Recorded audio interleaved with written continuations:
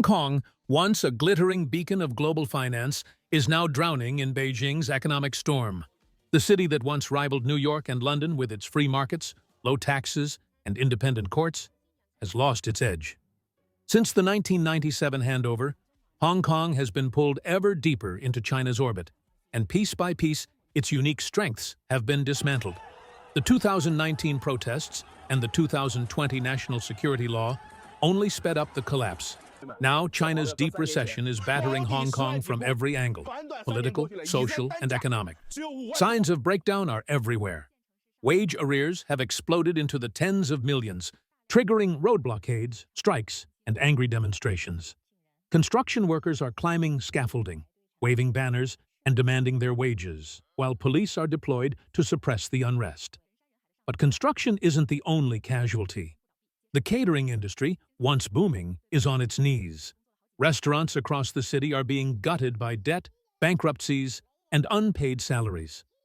A dramatic example came on May 7th, when Ocean Empire Kanji, a household name for over 30 years, abruptly closed every branch. Nearly 100 staff members rushed to the Labor Bureau, demanding 15 million Hong Kong dollars in back pay, many having gone unpaid for a month. Some juggled multiple jobs, cashier, dishwasher, bartender, only to be left unemployed overnight. Rising costs, shrinking consumer demand, and a weekend flood of diners crossing into Shenzhen have crushed the industry. Between May 2024 and April 2025, 234 restaurants closed, while just 1,979 opened, a net loss that tells the story.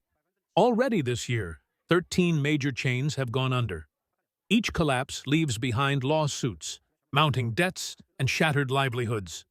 Shopping malls and foreign firms are sinking as well. With the wider economy stuck in the mud, wage recovery feels impossible. Labor activists warn that Hong Kong now mirrors the mainland: long hours, relentless pressure, and no guarantee of pay. The construction sector's shady subcontracting web makes it even worse, as workers are abandoned whenever middlemen vanish. By the end of 2024, the Construction Industry Employees Union had logged nearly 200 cases affecting almost 2,000 workers, with unpaid wages soaring past 300 million Hong Kong dollars. Online, bitterness runs deep. Since Britain left, Hong Kong's prosperity left with it, one viral post reads. Commentators mock one country, two systems as nothing more than one country, one trap. Exploitation, lawsuits, and vanishing wages have become daily life under Beijing's grip. Unions are demanding urgent reforms, stricter punishment for abusive employers, tighter oversight, and stronger wage protection. But with China's recession worsening and Hong Kong's property market in freefall, reality looks bleak. The city once hailed as Asia's financial jewel is now struggling just to ensure its people get paid. Social media is ablaze with fury. One post fumed, Hong Kong is no different from the mainland now. Wage arrears are the natural result of killing the rule of law. Others called it a governance disaster, warning that workers' misery reflects the suffering of ordinary people across China. Another bitter comment summed it up. This is Hong Kong under CCP control, where power is unchecked, abuse is constant, and even your wages are never safe. Dark sarcasm followed in another viral post. Congratulations, Hong Kongers! You're officially living the Chinese dream. Next step? Kneeling.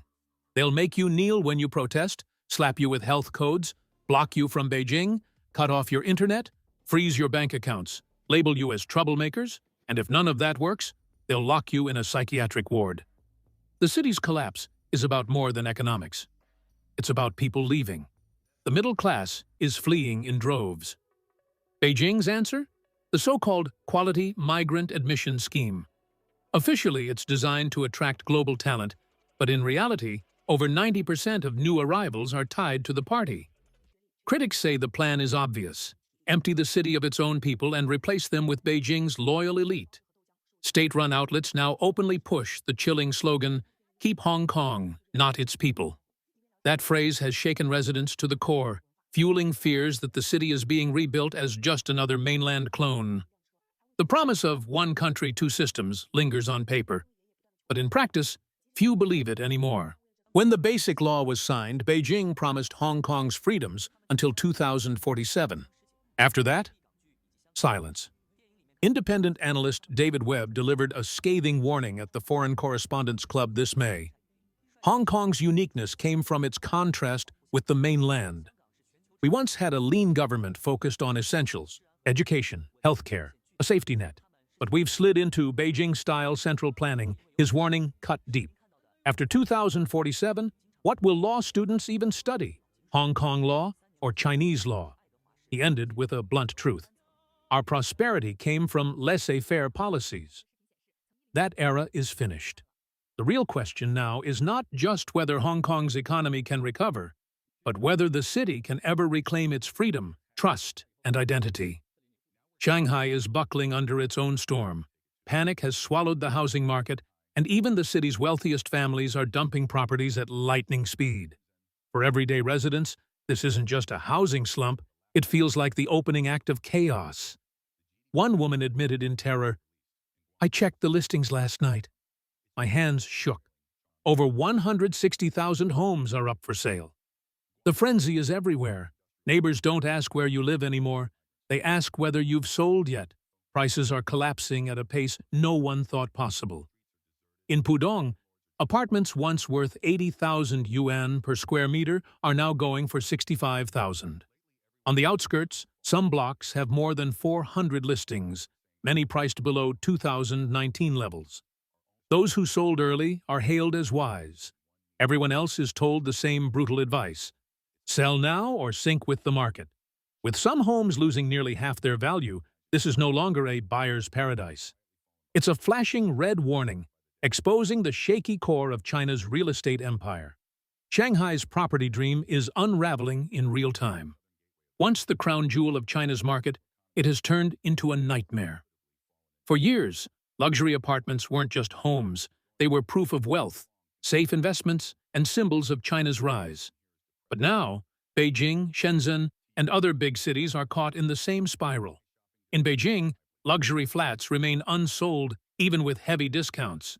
In Shenzhen, the playground of tech tycoons, investors are dumping homes at fire sale prices. Guangzhou, Chengdu, Hangzhou, the same story. Towers without buyers, desperate owners, and shattered confidence. The city once seen as the benchmark of China's property strength is now the symbol of its weakness. Buyer psychology has flipped overnight. Wealthy clients who once battled each other to secure a deal now sit on the sidelines in fear. The logic is simple. Why buy today if tomorrow will be cheaper? This collapse isn't a cooling, it's a free fall. And it's not just penthouses. Across Shanghai, second-hand listings are flooding the market. Price cuts of 50 to 70% are becoming the new normal.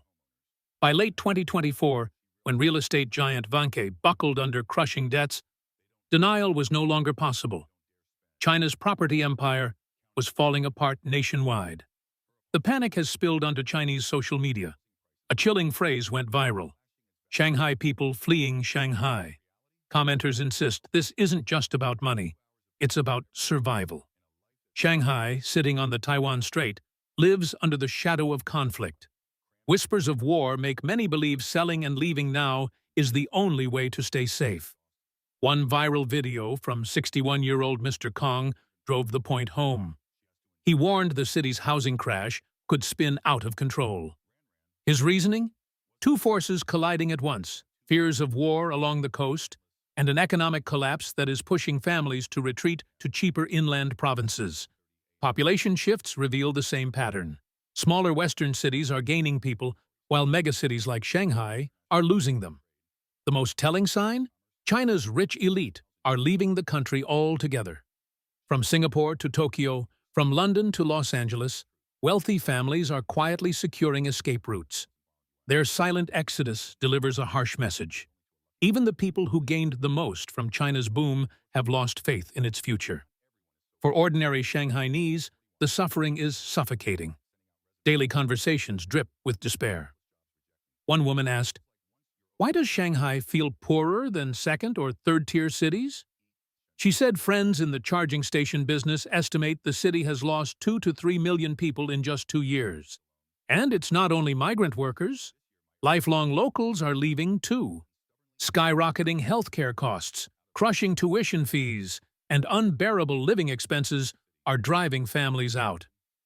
It feels like we're trapped in an invisible pressure cooker, burning alive every day, she confessed. Evidence of collapse is everywhere. Once crowded malls now echo with silence. Glittering shops are boarded up. Empty shopping districts clash with Beijing's claim that GDP is still growing 5%. On the ground, nobody believes it. Netizens scoff at official reports saying the economy is collapsing. No policy can save it. Housing will never recover. Others are more blunt. 2024 was the year China weakened. 2025 is the year it breaks. This disaster is bigger than falling prices. It's the death of a system. For decades, Chinese property wasn't just concrete and steel. It was belief, trust, and the foundation of family wealth. Now that belief has been shattered. Panic selling, elite flight, whispers of war. Together, they send one clear signal. China is losing faith not only in its economy, but in its entire future.